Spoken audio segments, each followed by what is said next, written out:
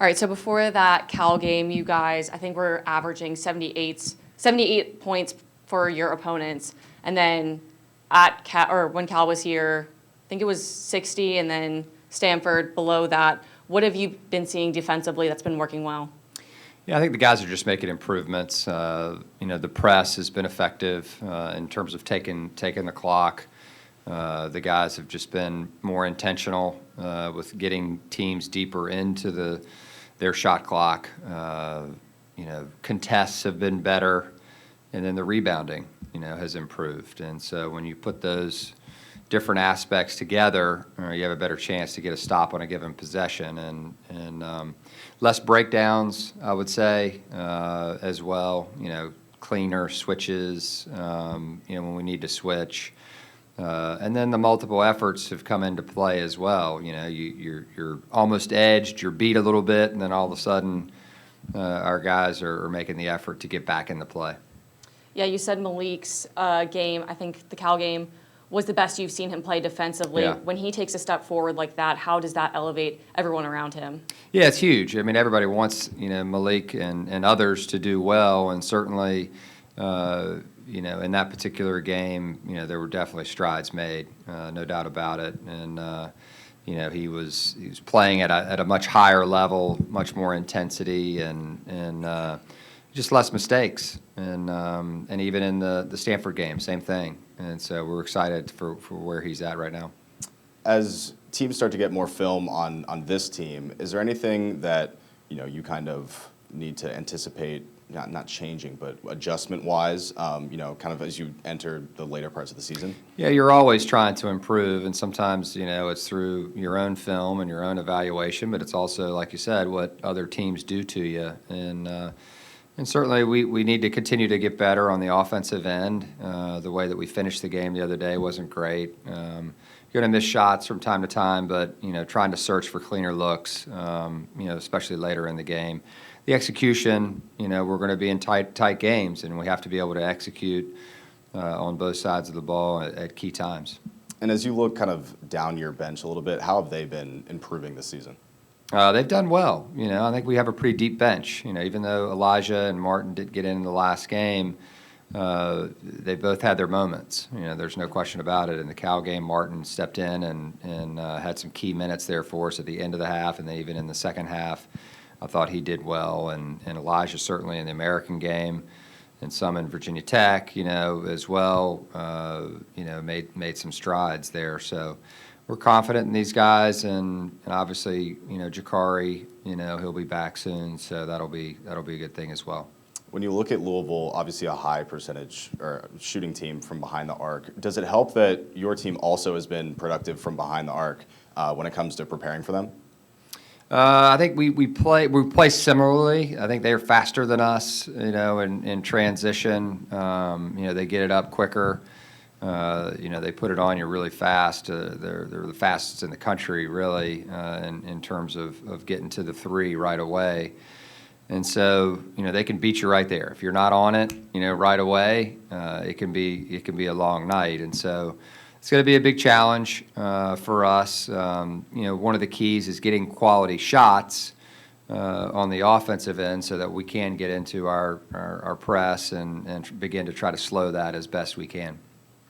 In the Stanford game, you just mentioned getting cleaner looks. In the first half, it looked like they were kind of forcing you guys to take shots by the perimeter. Would you kind of adjust at the half to get cleaner looks?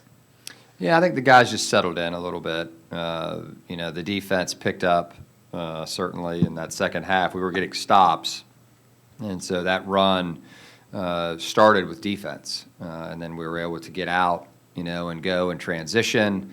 The ball started moving.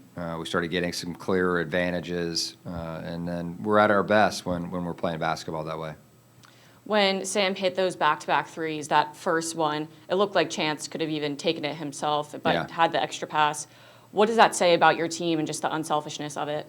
Yeah, I think that's just what they've been trained to do, and they all buy into it, and they understand that the next guy, if I have a solid shot, and he has a great shot, well, we know which one we want. We want the great one, and so I think just the buy-in has been there, overall from our team, and we're not going to be perfect at that. There's going to be some times where we're going to shoot a challenged one, and there might be a guy over there. That's just the discernment that they're continuing to try to master, every day that they come in and watch film, from games or practice settings.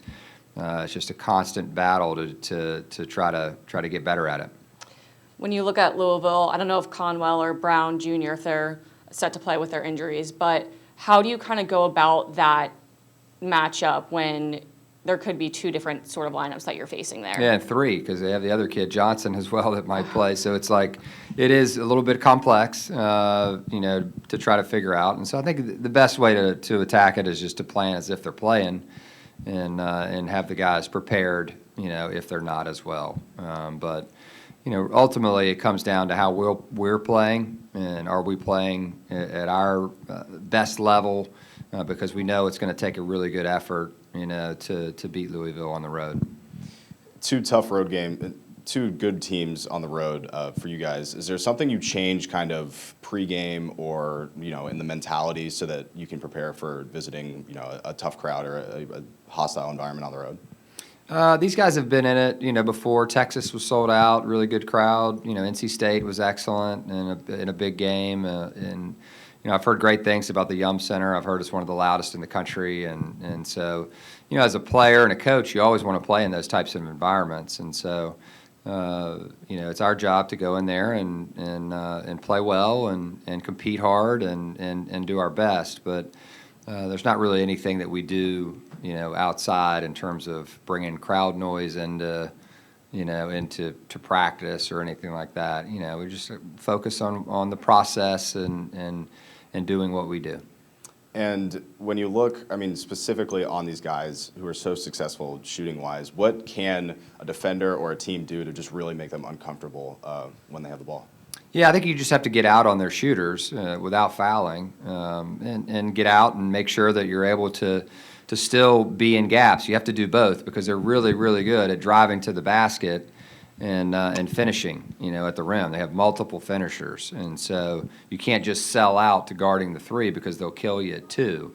And so it's one of those games where you have to do both, and you have to just make sure that the contest is of high quality, and then you finish with a rebound, while realizing that they're relentless, in the way that they offensive rebound. And so it's going to be a big challenge, even if we do force misses, to come up with the ball. Gotcha. Yeah.